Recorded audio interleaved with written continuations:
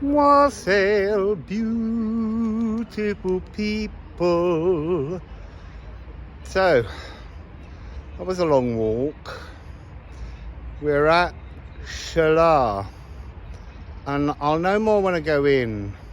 It's been many things, but all of these wonderful walls, I'm fascinated by them. It's very Ædan. It's absolutely gorgeous in here. I've been greeted by perfumes, floral, the soil. There's a real sense of defining essence. By the very nature of what this place has been, it's been defined by different groups, societies. I sat down and pulled 2 quick cards. So compose and waterfall, reprogramming and mystical healing. So there's something about us choosing and composing and deciding and giving intentions to how our spiritual healing progresses.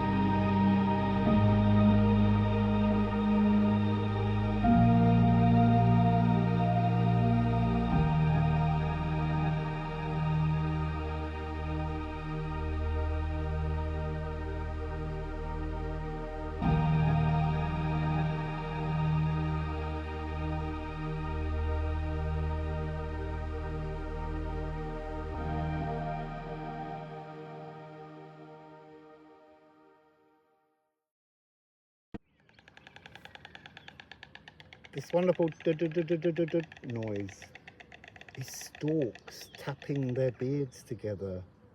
It's a really incredible sound of nature. And they're nesting all over the minaret and the walls. So behind me is the temple to Jupiter, Juno and Minerva. And I've got the musical Alchemy of Astrology deck. Trying to be a little discreet and respectful here. I've found a secret little corner. So do we please have a message from those three deities perhaps?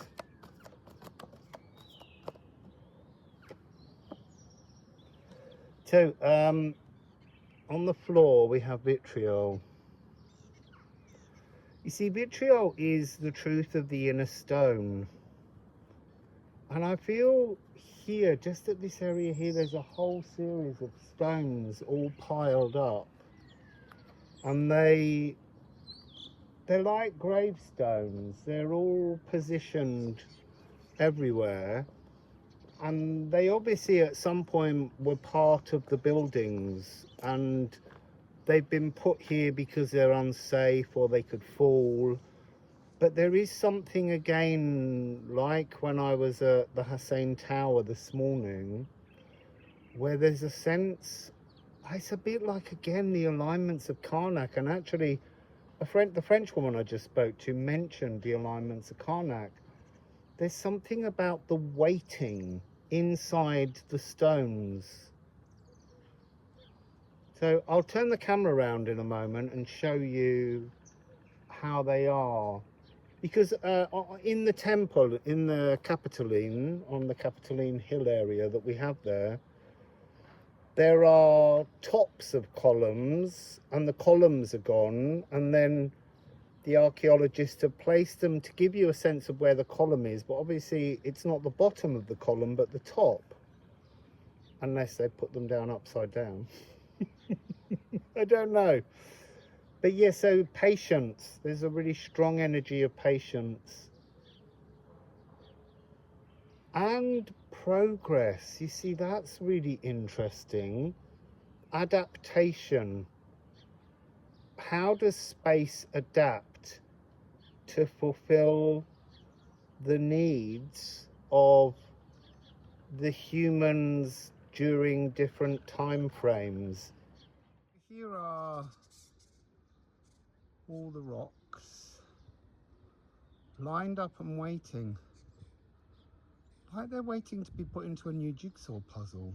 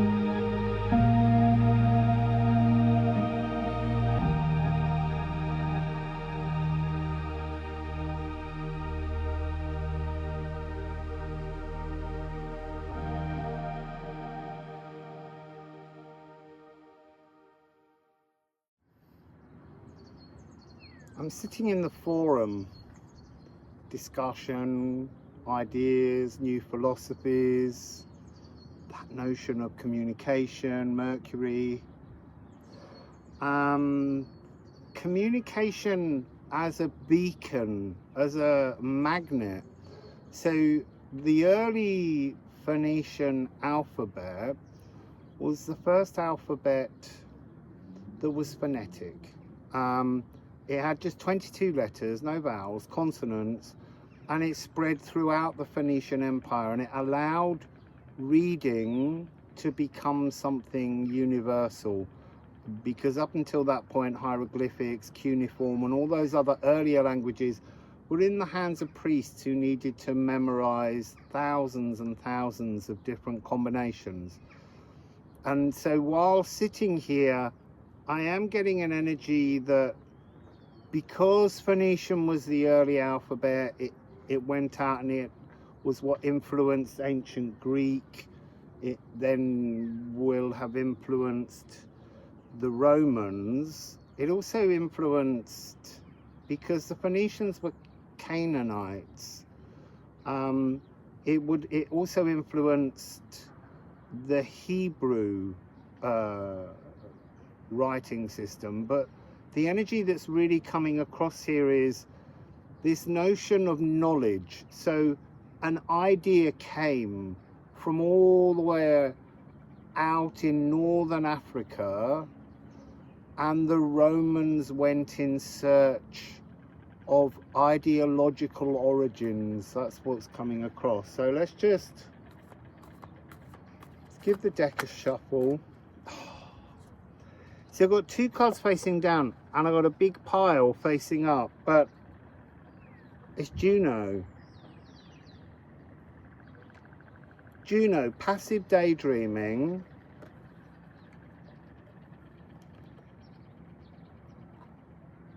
With Moon in Libra, eased emotional justice. Now, the Moon in Libra is currently the South Node. It's in the process of shifting. There's been a lot of miscommunication, astrologers out there.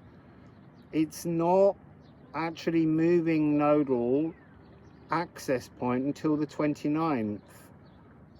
It's not in a new sign when it's in 0 degrees. It's in a new sign when it's on 29, even if it's 29:59. But 0, it didn't move on the 11th. So there's some kind of miscommunication, copy and paste ignorance going on. And that seems to be part of this. But this notion of moving, you see, this was the last eclipse. Lunar eclipse in, well, solar eclipse in Libra, lunar eclipse in Pisces? No. The other one, yeah. This is talking about passive daydreaming. Is a beautiful creative thing, but at some point you have to action it. You have to merge yourself with the daydreams. And we have Dark Moon Lilith. So look, we've got this energy. 3963. From the inner work, from the divine inner work, to a new timeline, to be glowing with truth, to know your harmony, returning to retune your music of the spheres, adding your soul chord to this new timeline's galactic symphony. And from the chaos with Eris, from the chaos comes order, but actionable contention. The energies right now that come up, face them really quickly, transform them, because then we're ending with this 9-6. The divine world around us, being in our element, being sonorous, being unrecognizable, being truly fluid. Life is laughter and love in every moment. That's the aim. I'm just going to look at the, oh, it's 3 cards down here. Yeah, so we have quincunx. The things we're at odds with are the shadows. This moon in Scorpio, they are the thing that are a kind of bugbear burden that we're carrying. And then moon in Aries, assertive independence. This is talking about, again, nodal emotional mapping points. So I'm going to leave that there because I've got a new way of doing things where I'll do a reading here and then further the reading later. So this area here is part of the public baths of the forum. Now, did you need to have a good clean and a wash and a cleanse before you entered into public debate? I don't know. But just to give perspective, here is the forum above this wall. So here we have the Marinid baths. The Marinid was a dynasty, an Islamic dynasty that took over this area much later after the fall of the Roman city. This is one of the oldest Islamic baths in Morocco.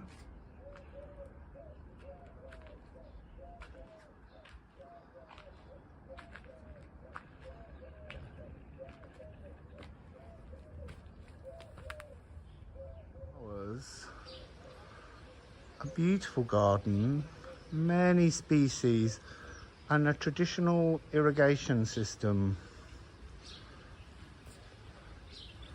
And while here, picking up a very strong energy, oh, look at these bamboos. Yeah, so I'm picking up an energy of how's your emotional irrigation system? What state is your emotional irrigation system in? Sorry, I have to turn around and just share this wonderful yellow of that bamboo. I feel like I'm being stalked. S-T-O-R-K-E-D rather than S-T-A-L-K-E-D. And they've all gone really silent.